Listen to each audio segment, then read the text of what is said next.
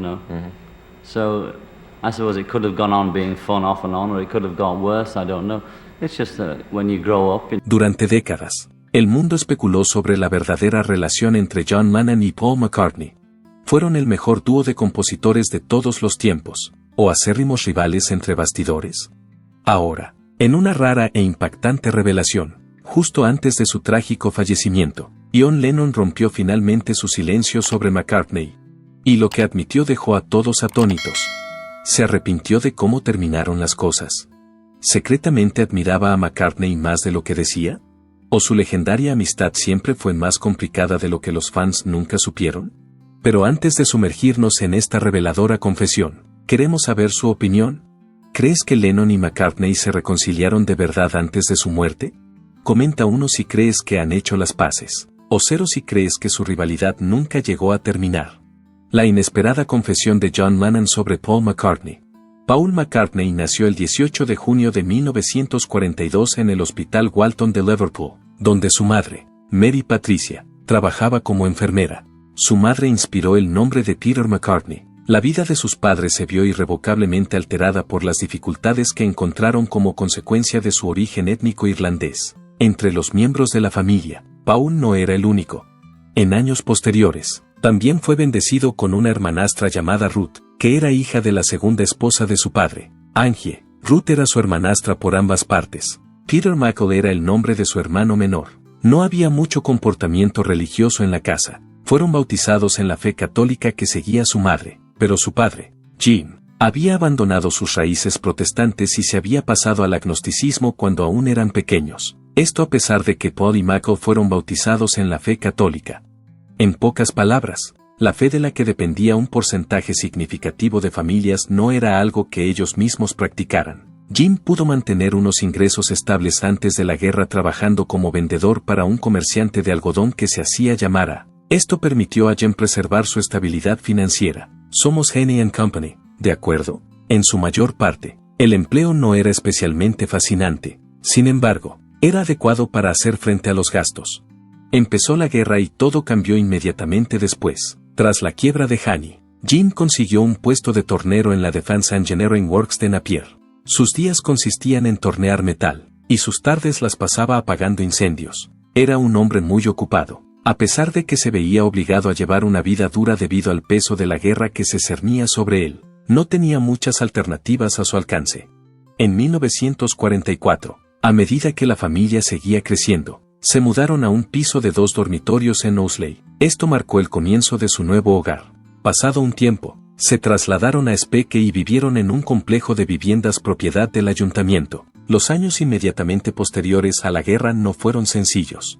Aunque la remuneración de Jem era inferior a la del pasado, volvió a su antiguo trabajo. El trabajo de comadrona de Mary aportaba ingresos suficientes para que la familia pudiera mantener su nivel de vida. Podía dedicar muy poco tiempo a sus propios hijos debido a la gran cantidad de trabajo que realizaba y al hecho de que iba a ayudar a otras madres con sus recién nacidos. En 1947, Paul comenzó su educación oficial en la escuela primaria de Stockton Wood Road. Estos fueron los primeros pasos en su viaje educativo. Sin embargo, a pesar de ello, finalmente se vio obligado a trasladarse a la Joseph Williams Junior School de Bell Valley debido a la congestión escolar. Fue otro trastorno al que tuvo que adaptarse. En 1953, Paul recibió una noticia alentadora cuando logró aprobar los exámenes Once Plus. Solo 3 de los 90 estudiantes lo consiguieron. Como consecuencia de ello, se le dio la opción de matricularse en el Liverpool Institute, que es una escuela de gramática dentro de la ciudad de Liverpool. Dicho de otro modo, aunque solo fuera una pequeña victoria, no dejaba de ser un ascenso en la dirección correcta. La infancia y la vida de Paul Harrison. En el año 1954, Paul iba en autobús cuando se cruzó con una persona llamada George Harrison. Estos 2 individuos cruzaron sus caminos. Aunque George era un año más joven que Paul, los 2 fueron capaces de crear una familiaridad inmediata entre ellos. Y eso a pesar de que Paul era mayor que George.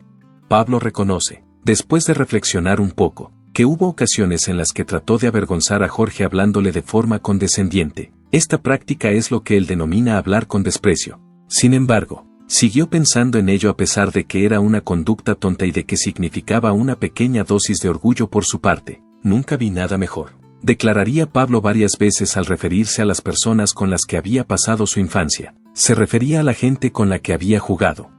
Las personas en cuestión no eran en modo alguno altos funcionarios, presidentes o cualquier otra persona de un tipo similar a cualquier nivel, a pesar de que se trataba de personas corrientes que llevaban una vida modesta. Poseían los conocimientos y la fortaleza que hacían que los retos de la vida parecieran menos graves de lo que realmente eran. Era uno de esos individuos que siempre estaba dispuesto a prestar ayuda a la familia, y nunca pedía mucho a cambio. Era una persona desinteresada. Un ejemplo de tal persona era su propio padre.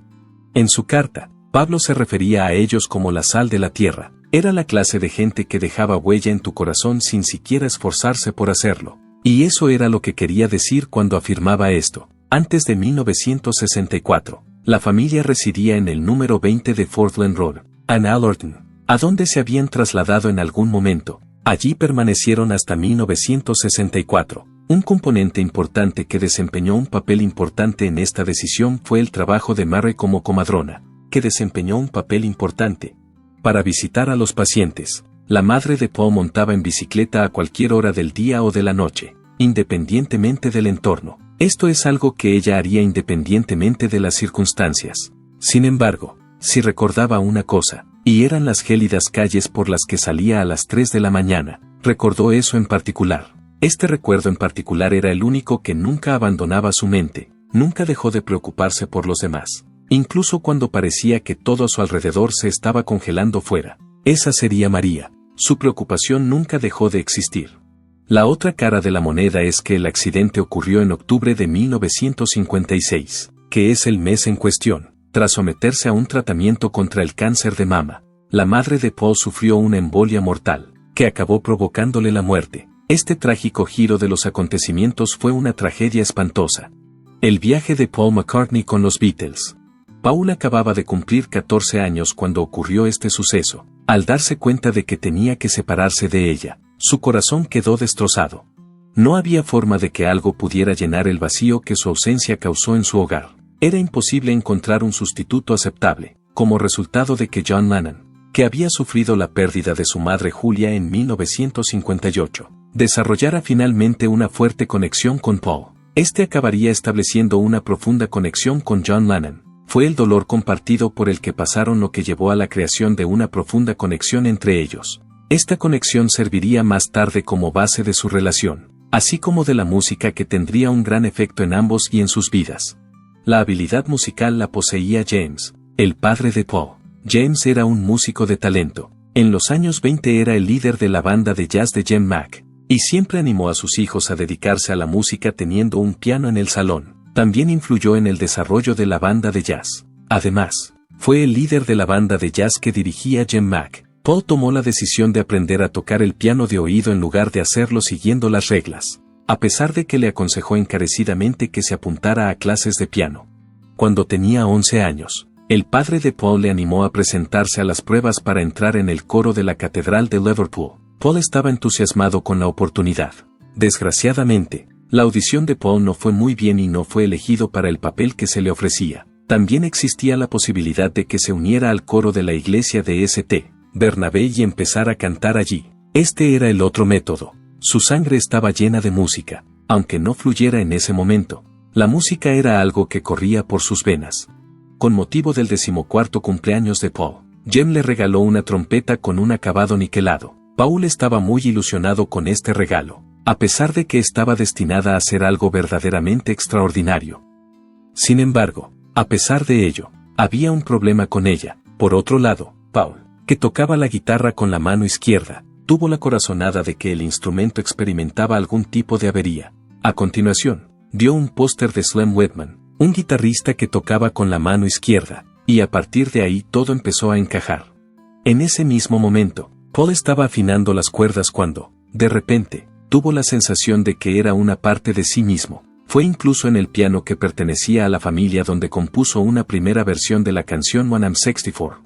No pasó mucho tiempo antes de que utilizara el instrumento para escribir su canción de debut, que se titulaba I Lost My Little Girl. Utilizó el instrumento para componer la canción. Además, compuso su primera canción mientras tocaba el piano. Little Richard fue la influencia musical clave que llamó la atención de Paul. Paul era un gran aficionado a la música rhythm and blues americana, y Little Richard fue el artista que más le influyó. La primera vez que actuó ante el público, lo hizo con la canción Long Tall Sally de Little Richard. Esto ocurrió en un concurso de talentos que se celebró en un campamento de vacaciones gestionado por Woodlands Valley. El hecho de que fuera un escenario muy pequeño no impidió que Paul lo considerara lo más importante de todo el universo. Sin embargo, después de eso, el 6 de julio de 1957, un día que resultaría ser el elemento determinante, se tomó la decisión. Casi al poco tiempo, el grupo invitó a Paul a unirse a la banda como guitarrista rítmico. Paul recibió la oferta casi rápidamente, a pesar de que nadie lo vio venir en ese momento. Fue el comienzo de algo que resultaría ser bastante importante en el futuro. Al año siguiente, George Harrison se unió a la banda, y en 1960, la banda ya había probado otros nombres, como Johnny and the Moondogs, The Beatles y The Silver Beatles, antes de decidirse por The Beatles. Finalmente, la banda se decidió por The Beatles. Era evidente que el camino que tenían por delante no iba a ser un paseo tranquilo por el parque. Al final, la banda decidió dar el paso y crear una residencia en Hamburgo. Se contrató a Pete Bast, batería, y el grupo decidió trasladarse allí. A pesar de los muchos altibajos que experimentaron a lo largo del camino, siguieron adelante gracias a la música, que sirvió de motor para sus esfuerzos. Durante ese periodo, todo fue difícil y confuso. Persistieron en sus actividades a pesar de que la vida les presentaba muchos motivos para abandonar, y lo hicieron con la convicción de que les aguardaban tiempos mejores en el horizonte. A pesar de que el tiempo que Paul McCartney pasó con los Beatles fue un momento que se recordaría durante mucho tiempo, también fue un periodo lleno de altibajos a lo largo de toda su duración. Cuando Stuart Sutcliffe abandonó la banda en 1961, Paul ocupó su puesto como bajista, a pesar de que lo hizo con mucha reticencia. Sus primeras grabaciones se realizaron en un estudio de Hamburgo, en Alemania. Hamburgo es el lugar en el que se encontraron, mientras tocaban con Tony Sheridan, un vocalista inglés. Se les conocía como los Beat Brothers. Este era el caso a pesar de que cantaban juntos. Tony Sheridan era un vocalista inglés. Brian Epstein acabó convirtiéndose en su manager tras interesarse por ellos como consecuencia del mínimo éxito que habían alcanzado hasta entonces. Primeros años de carrera y luchas de los Beatles. En 1962, cuando Ringo Starr sustituyó a Pete Bast en la batería, las cosas empezaron a cuajar de forma gradual pero finalmente eficaz. Esto ocurrió cuando Ringo Starr sustituyó a Pete Bast en la batería. Fue en el mismo año que experimentaron su primer gran avance con la canción Love Me Do, que fue la canción que fue el catalizador para el fenómeno que comúnmente se conoce como Beatlemanía. Cuando el entusiasmo que les rodeaba estaba en su punto álgido, McCartney colaboró con otros músicos para crear singles como I Saw Her Standing There y Can't Buy Me Love. Estas canciones se publicaron durante el periodo de tiempo en que el entusiasmo estaba en su punto máximo. Fue en 1965 cuando los Beatles ya habían empezado a hacer cambios en su sonido, con Paul teniendo una mayor influencia de la que había tenido en el pasado. Fue con la publicación de su canción Yesterday, en la que aparecía cantando con un cuarteto de cuerda, cuando dio un salto significativo al campo de la música clásica. Los poderosos sentimientos de Paul, que expresó en la canción Yesterday, no solo eran un espejo de su propio desarrollo personal, sino que también indicaban los crecientes problemas que estaban teniendo lugar dentro de la banda. Durante la época en que se componían los discos Rubber Soul, las tensiones de este tipo eran visibles. A pesar de que McCartney intentaba convencer a todos de que siguieran adelante con sus vidas, había indicios de que él y George Harrison estaban en desacuerdo. Sus puntos de vista creativos eran tan diferentes el uno del otro que se estaba gestando una ruptura entre ellos. Por otra parte, a pesar de las dificultades, siguieron creando música aún más maravillosa. Con la publicación de Revolver en 1966, pusieron de manifiesto el gran crecimiento que habían experimentado. Los temas que habían desarrollado, como Eleanor Rigby, que incluía inquietantes violines, eran incomparables con cualquier otra cosa que hubieran producido. Sin embargo, 1966 fue también el año en que los Beatles dejaron de existir como grupo de gira. Después de su última actuación, persistía un extraño aire de silencio. El entusiasmo de McCartney no disminuyó, a pesar de que los demás miembros de la banda parecían estar de acuerdo con dar un paso atrás. Su afán por dirigirlos en nuevas direcciones artísticas, como con la revolucionaria banda del Sgt. Pepper's Lonely Hearts Club, era una fuente de gran entusiasmo para él. Estaba ansioso por guiarlos por caminos creativos nuevos y originales. La imagen de grupo fregón que les había caracterizado durante tanto tiempo era algo de lo que Paul quería deshacerse. A Paul le gustaba probar cosas nuevas, y quería romper con esa imagen. Aunque el álbum constituyó un hito trascendental en la historia de la música, también puso de manifiesto el progresivo distanciamiento entre McCartney y sus compañeros durante la producción del disco. Durante el año 1967, los Beatles se sintieron apesadumbrados por el fallecimiento de su manager, Brian Epstein. McCartney intentó asumir un papel de liderazgo, pero no todo el mundo estaba contento con la forma en que estaba madurando como líder. Una de las cosas que intentaron fue el Magical Mystery Tour, que fue una película que hizo Paul pero que acabó recibiendo críticas negativas por parte de la crítica. Esta fue una de las cosas que experimentaron. Las tensiones no habían hecho más que aumentar a lo largo del proceso de elaboración del álbum blanco, lo que suponía un problema adicional que había que abordar. El deseo de control y dirección de McCartney, por un lado, y la demanda de independencia de John Lennon, por otro, entraron en conflicto. El descontento de Harrison con Paul es otro factor que no ayudó a la situación. En el año 1969, era prácticamente difícil salvar la distancia entre sus vidas personales y sus vidas laborales. Abbey Road fue el último álbum que publicaron los Beatles, y fue a la vez dulce y amargo. Esto se debió al hecho de que McCartney y Lennon no interactuaron mucho en el disco. Incluso en el caso de que el disco tuviera éxito, estaba claro que la conclusión estaba cada vez más cerca. Fue en septiembre de ese año cuando John Lennon tomó la decisión encubierta de abandonar la banda por motivos relacionados con su vida empresarial. Los últimos años de Paul McCartney y el fin de los Beatles.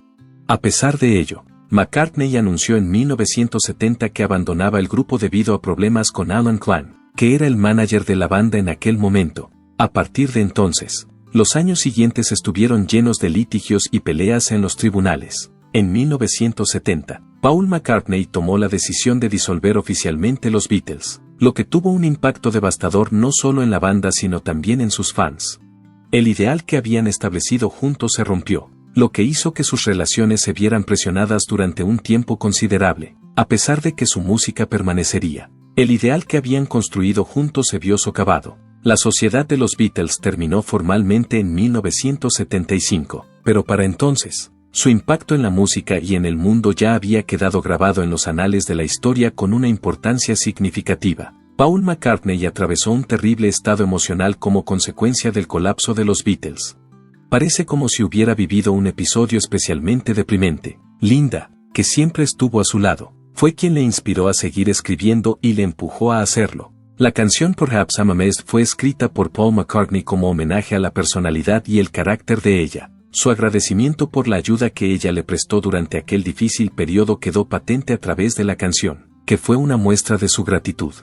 El año 1970 marcó el inicio de su carrera en solitario, que lanzó con la publicación de su álbum autotitulado McCartney. Esta canción se convirtió en un componente importante de su carrera. A pesar de tener la apariencia de una simple banda de un solo hombre, se disparó directamente a la cima de las listas de éxitos en Estados Unidos en poco tiempo. 1971 fue el año que eligió para publicar la canción Ram, que había grabado anteriormente con Linda. Este tema, que originalmente se titulaba Uncle Albert, Admiral Halsey, fue uno de los sencillos más populares del álbum, y demostró que McCartney iba adquiriendo progresivamente seguridad en sí mismo como intérprete en solitario. Su banda, Wings, se formó en la segunda mitad de ese año, y el batería Danny Sewell y el guitarrista Danny Lane eran miembros de la banda en ese momento. A pesar de que McCartney era muy consciente de que cualquier banda que surgiera después de los Beatles sería comparada con ellos, estaba convencido de que Wings sería una empresa innovadora y original en el terreno artístico. Fue el inicio de la carrera de giras de Wings, que comenzó en 1972 con unos inesperados conciertos universitarios. Este fue el comienzo de su carrera. El objetivo de McCartney era salir de la sombra impuesta por los Beatles, concentrarse en nuevos trabajos y aumentar su confianza para prepararse para mayores conciertos. Wings consiguió su primer sencillo número 1 en Estados Unidos en 1973 con la canción My Love, a la que siguió el enorme éxito de la canción Band on the Run. La popularidad de Wings aumentó con la publicación de varios álbumes que encabezaron las listas de éxitos, como Venus and Mars While Wings at the Speed of Sound. A pesar de que sufrieron varios cambios de miembros al principio, Wings se hizo más conocida. Como se vio en Live and Let Die, durante la década de 1970, McCartney utilizó aspectos de la música pop, el rock y la música orquestal en sus composiciones musicales. En contraste con anteriores apariciones de Wings, se atrevió más a cantar canciones de los Beatles en directo, lo que supuso un cambio considerable respecto a sus actuaciones anteriores. Paul McCartney se convirtió en una superestrella gracias a la gira mundial de Wings, que tuvo lugar entre 1975 y 1976. Esta gira siguió los pasos de los Beatles, que se hicieron famosos internacionalmente. Wings, por su parte, tomó la decisión de poner fin a su carrera en 1981, tras una serie de álbumes y giras que tuvieron un enorme éxito. Su trabajo en solitario, así como sus colaboraciones, que incluyeron éxitos musicales con Stevie Wonder y Michael Jackson, fueron los ejes principales de la carrera de McCartney a lo largo de su carrera. La década de 1980 fue testigo del comienzo de su carrera en solitario, que empezó a despegar con la publicación de álbumes significativos como Tug of War y Ebony and Ivory, ambos en los primeros puestos de las listas de éxito simultáneamente. Durante la última parte de los años 80 y principios de los 90, McCartney siguió descubriendo nuevas técnicas de producción al tiempo que rendía homenaje a su pasado. En ese momento, empezaba a prepararse para embarcarse de nuevo en enormes giras por todo el mundo. Estas actuaciones supusieron el regreso de más canciones de los Beatles, lo que le permitió compaginar su larga trayectoria con el proyecto en solitario que estaba construyendo en aquel momento. Dado que ahora ya sabes todo lo que hay que saber sobre Paul McCartney, es imprescindible que conozcas los acontecimientos que tuvieron lugar cuando John Lennon rompió su silencio sobre Paul McCartney antes de su muerte. John dijo en una entrevista que McCartney estaba teniendo una experiencia maravillosa mientras estaba en un restaurante en España que tenía mala iluminación.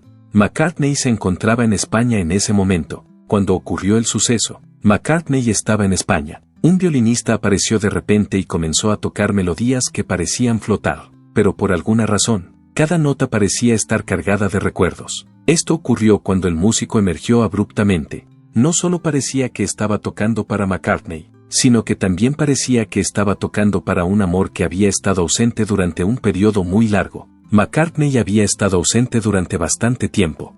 Hubo un breve retraso en la charla cuando el violinista se puso en contacto con McCartney para interesarse por las posibilidades de firmar su instrumento. McCartney estaba interesado en reunirse con el músico. A pesar de que desconocía la importancia de este acontecimiento en particular, McCartney respondió bien a la pregunta. Después de eso, procedió a seguir escribiendo su nombre en el instrumento, poniendo un poco de su corazón en algo que pertenecía a otra persona porque era de su propiedad.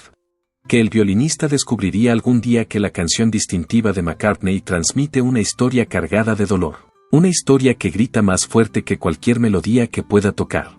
Era una idea que él tenía. Tenía la idea de que el violinista sabría esto algún día. Él tenía la impresión de que esta información podría estar disponible en algún momento en el futuro. El papel de Yoko en la disolución de los Beatles. Cuando se trataba de Yoko, mucha gente pensaba que era una dragona la responsable de la disolución de los Beatles. ¿Podría responsabilizarse a una sola persona de una ruptura tan grande de la relación? Del mismo modo que el viento hace que las hojas se deshagan, los caminos de cada uno de los miembros de aquel conocido grupo se separaban a su manera. La prensa buscaba un blanco fácil, siempre dispuesta a encontrar una reacción clara ante cualquier posible situación.